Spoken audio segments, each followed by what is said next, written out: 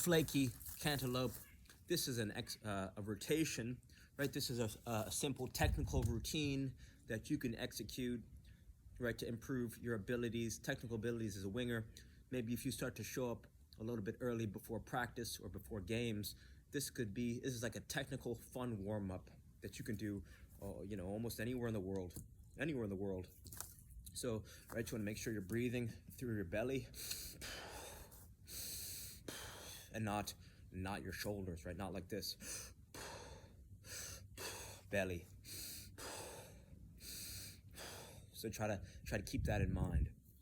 Okay, next thing, you might not have an RMT rope, so I've got I got an extension cord and I got a dog leash that we'll use as substitutes until that you can make one or buy one yourself, right? So the beauty is the simplicity. You don't need no instructions for an RMT rope. You just swing it, and as you're swinging it, you're starting to become aware of maybe tension in your body. You want to be relaxed in your face, your breathing. And what the rope really started to help me realize was that your hands are super important in your movement and creating power and as tools for balance for your body. So basically, as you start to swing this rope around, you get a better understanding of what your hands are doing. It's like this rope helps your hands and your feet communicate with each other. It helps coordinate. It helps just improve your coordination. So you could start to get into one-legged balance. You could start to go high. You could start to go low. Right, get into some squat movements. And there's no wrong way to move. Right, you're kind of just breathing, flowing. You could put the rope or your extension cord in each of your hands and just swing to the left and the right. You could go behind the back, breathing, relaxed. You could go underneath the leg. Right, so there's a lot of ways that you could just move around and just have fun with it. You could get into like a skip, right? Some jump rope skips, left and to the right. Right, skip to my loose, high knees, butt kicks, right? So just mess around, move around, and just have fun with it, right? There's no wrong way to do it. Okay, so let's say you've done that. And what I like to do is go from the rope, the extension cord, RMT rope, right into a kick trainer. But let's assume that you don't have a kick trainer. So, a wall is a great substitute for a kick trainer, right? It just allows you to get a lot of repetitions. But most players, right, I think most players don't use walls effectively. I think to use a wall more effectively, you want to be very close.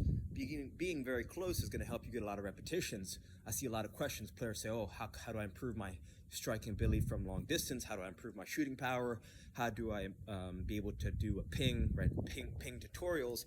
And I think it's really developing a perfect striking technique, but in very tight quarters, because if you can't do it perfectly when you're very close, then there's no way that you're going to be able to do it when you increase the distance that you're trying to strike a ball, right? So going very close to a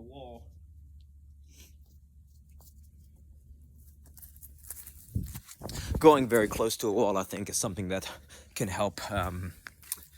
It's just it's timeless. And then you get to incorporate the bounce, right? So you're getting the wall becomes your training partner, and then the ground becomes your training partner. Right? Nice and easy, breathing. You can work the left peg, right peg, nice and easy, rotating different size balls, and then you can maybe start to get it on the juggle.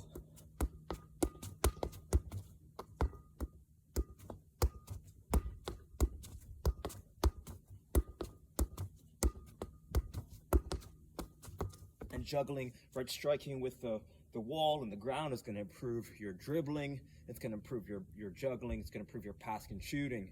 And so it's just, right, it's kind of just, it's all the same, right? It's the timing and the rhythm and the balance that you're developing through ball striking and repetition, right? It's effortless. A few minutes a day, and right, you're just going to see improvements, especially if you start to rotate the size of your ball. Okay. So that's ball striking, and then this is a sequence. This is the Tom Turnbull dribbling sequence. I talk about this in almost every single video because this one sequence can completely change your life because it's a rhythmic dribbling pattern. And what this is going to allow you to do, right? This is powerful because it allows you to develop your dribbling abilities without thinking about dribbling.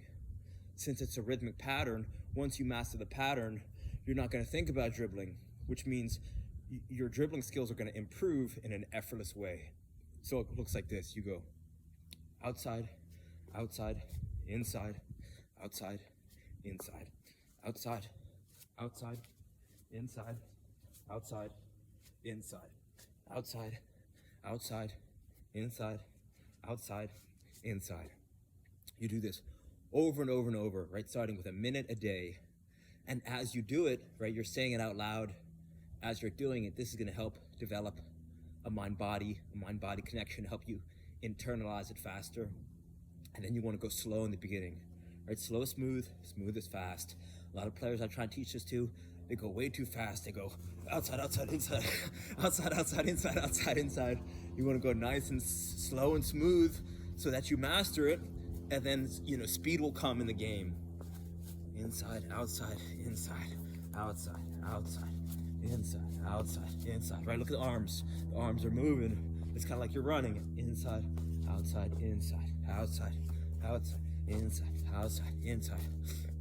So as you've become more, right, as you start to internalize it, you're just gonna start to develop a nice rhythm. Outside, outside, inside, outside, inside, inside, outside, inside, outside, inside. Breathing, relaxed. Inside, outside, inside, inside, outside, outside, inside, outside, inside. Doesn't matter what size ball you're using. Just, you know, get anything. Outside, outside, inside, outside, inside. Okay, so a minute for striking the ball, a minute dribbling, and then, right, we can go to a minute juggling. Here, let's mix up the surface. Right, just a tennis ball. A lot of players, I like starting with the thighs. Right, they say make skills easy, make strength hard. Right, even just going right here. Right, thighs are super important. Here, here, here, here, here, here, here, here. Right, nice and easy. Rhythm, breathing, relaxed. Then throw a foot in there, throw the left peg. Right, have fun with it. Ball hits the ground, no worries. Breathing, nice and easy. Right, so spend a minute juggling, and then you could do the whole thing back again. Right, so let's say you do have a kick trainer. Right, kick trainer can replace the wall, and now you don't need to go to the wall to really work on your striking technique and your ball striking. You don't need to. You could just do this in your kitchen, or you could do this in your room, living room, whatever. Nice and easy.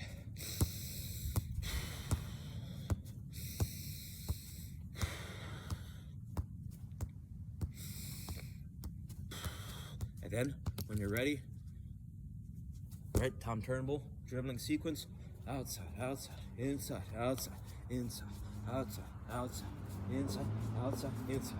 Minute of that, and then when you're ready,